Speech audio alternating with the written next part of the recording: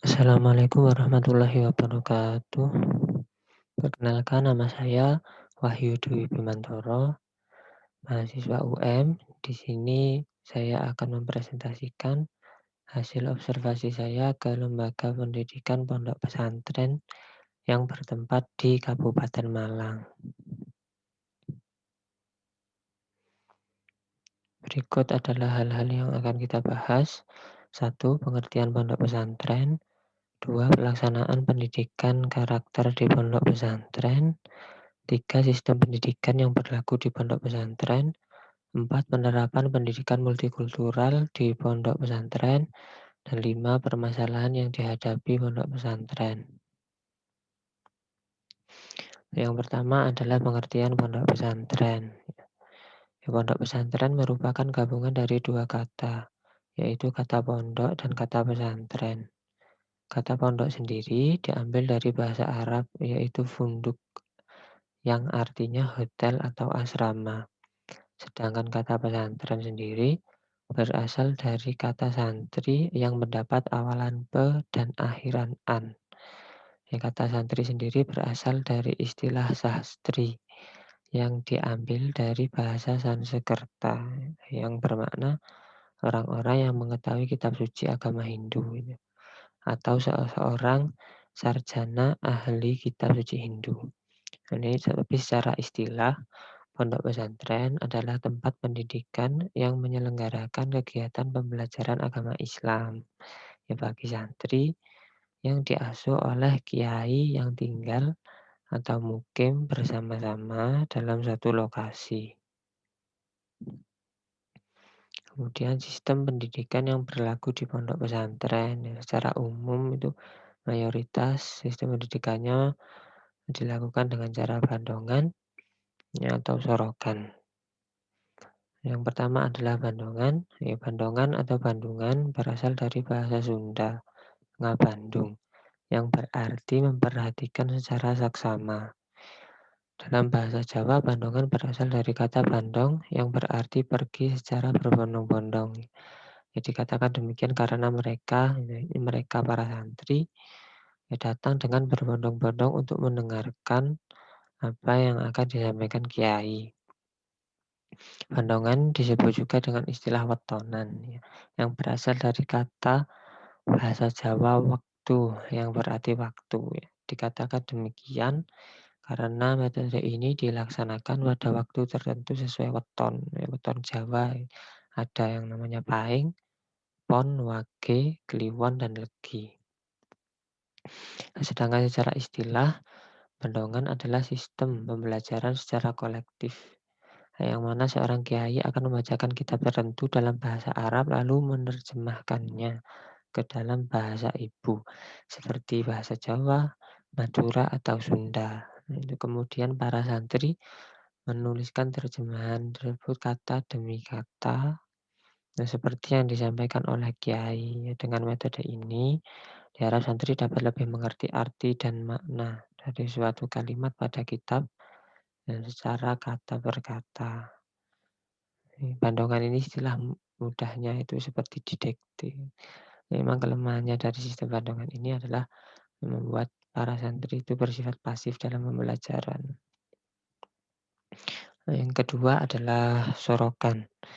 Sorokan berasal dari bahasa Jawa sorok yang artinya menyodorkan. Secara istilah, sorokan adalah sistem pengajaran secara individual yang mana santri maju satu persatu untuk membaca kitab tertentu. Sedangkan kiai mendengarkan dan mengoreksi bacaan santri apabila terdapat kesalahan. Dengan metode ini diharapkan santri dapat lebih cepat menguasai cara baca dari suatu kitab. Sebenarnya sorokan ini bukan hanya untuk maju satu persatu untuk membaca kitab, tapi juga digunakan untuk setor hafalan, entah itu hafalan Al-Quran, entah itu hafalan hadis, entah itu hafalan kosakata bahasa Arab. Nah, itu juga metodenya sorokan. Kemudian pelaksanakan pendidikan karakter di pondok pesantren. Satu melalui kitab kuning. Nah, kitab kuning ini banyak jenisnya. Ada yang membahas tentang tauhid, ada yang membahas tentang fikih, ada yang membahas tentang sejarah, dan juga ada yang membahas tentang akhlak, ya. Ini kitab kuning yang membahas tentang akhlak ini. Melalui pengajian kitab, ya diharapkan terbentuk karakter santri ya sesuai dengan nilai-nilai karakter yang telah dirumuskan dalam kitab-kitab akhlak tersebut oleh para ulama pengarangnya. Itu yang pertama melalui kitab kuning. Yang kedua melalui, keteladanan ya.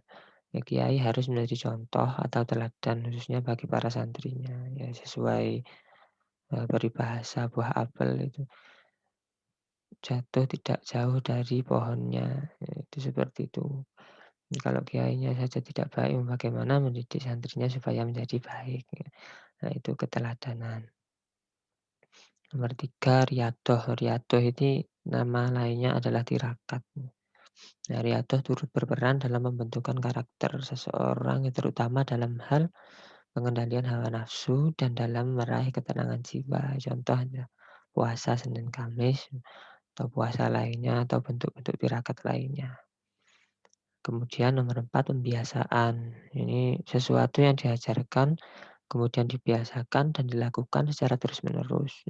Suatu saat akan sampai pada titik di mana jika kita tidak melakukan hal tersebut, maka kita akan merasa aneh atau merasa ada sesuatu yang kurang. Ya, maka tanpa sadar, hal tersebut telah menjadi kebutuhan bagi kita. Dan lama-kelamaan, hal tersebut akan menjadi karakter kita. Contoh pembiasaannya adalah sholat berjamaah dan sopan santun. Ini sopan santun itu baik baik ketika saat, kiai atau ustadznya akan memberi pelajaran, itu salaman dulu, atau setelah memberi pelajaran itu juga salaman juga. Nah, kemudian nomor 5 peraturan. Aturan sangat penting dilaksanakan ya, agar semua kegiatan berjalan dengan semestinya. Apabila ada santri yang melanggar peraturan akan dikenai hukuman. Hal tersebut dilakukan untuk menumbuhkan karakter disiplin pada santri. Contoh ya, peraturan waktu penggunaan handphone. Nah, jika santri menggunakan handphone tidak pada waktunya, ya resikonya handphonenya akan disita. Kemudian pembatasan dialog antar santri putra dan santri putri.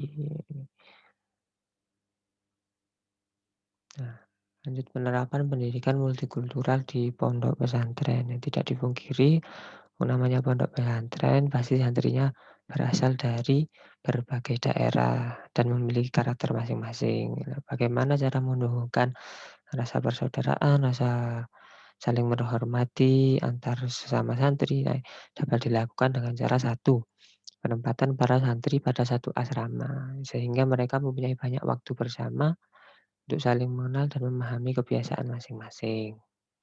Kedua, momen sholat berjamaah, makan bersama, maupun kegiatan lain yang dilaksanakan secara bersama-sama. Nah, itu akan memperkuat rasa persaudaraan di antara mereka. Kemudian 3, hidup di pesantren itu jauh dari orang tua. Memaksa mereka untuk hidup mandiri dan saling menolong satu sama lain. Ini sebagai contoh, apabila satu orang kekurangan uang, ya maka teman yang lain meminjami. Secara tidak langsung, hal tersebut juga menumbuhkan jiwa sosial mereka kepada sesama teman. Nah, kemudian permasalahan yang dihadapi pondok pesantren ya, karena pondok pesantren yang saya observasi itu termasuk pondok pesantren yang baru, masih baru ya. Masalahnya ini satu, kurangnya pengajar. Ya, kurangnya pengajar ya tentu menghambat proses belajar mengajar secara keseluruhan. Kemudian 2, kurangnya kesadaran orang tua untuk memotivasi anaknya untuk terus bersemangat dalam belajar. Nah, ini karena pondok pesantrennya masih baru, itu tidak semua santrinya mukim. Sebagian ada yang mukim, sebagian ada yang datang pas ngajinya saja lalu pulang. Nah, ini kata-kata yang sering keluar nih, "Hari ini mau ngaji apa tidak?" Ya terserah, kalau tidak ngaji ya tidak apa-apa. Nah, jadi terkesan berbenturan antara orang tua dengan ustadz ataupun kiai. Kiainya sangat memotivasi siswa, memotivasi santrinya untuk terus belajar dengan semangat ya, sementara orang tuanya ya begitu. Nah, terima kasih, ya sekian video saya, ya mohon maaf bila ada kesalahan. Terima kasih atas perhatian. Assalamualaikum warahmatullahi wabarakatuh.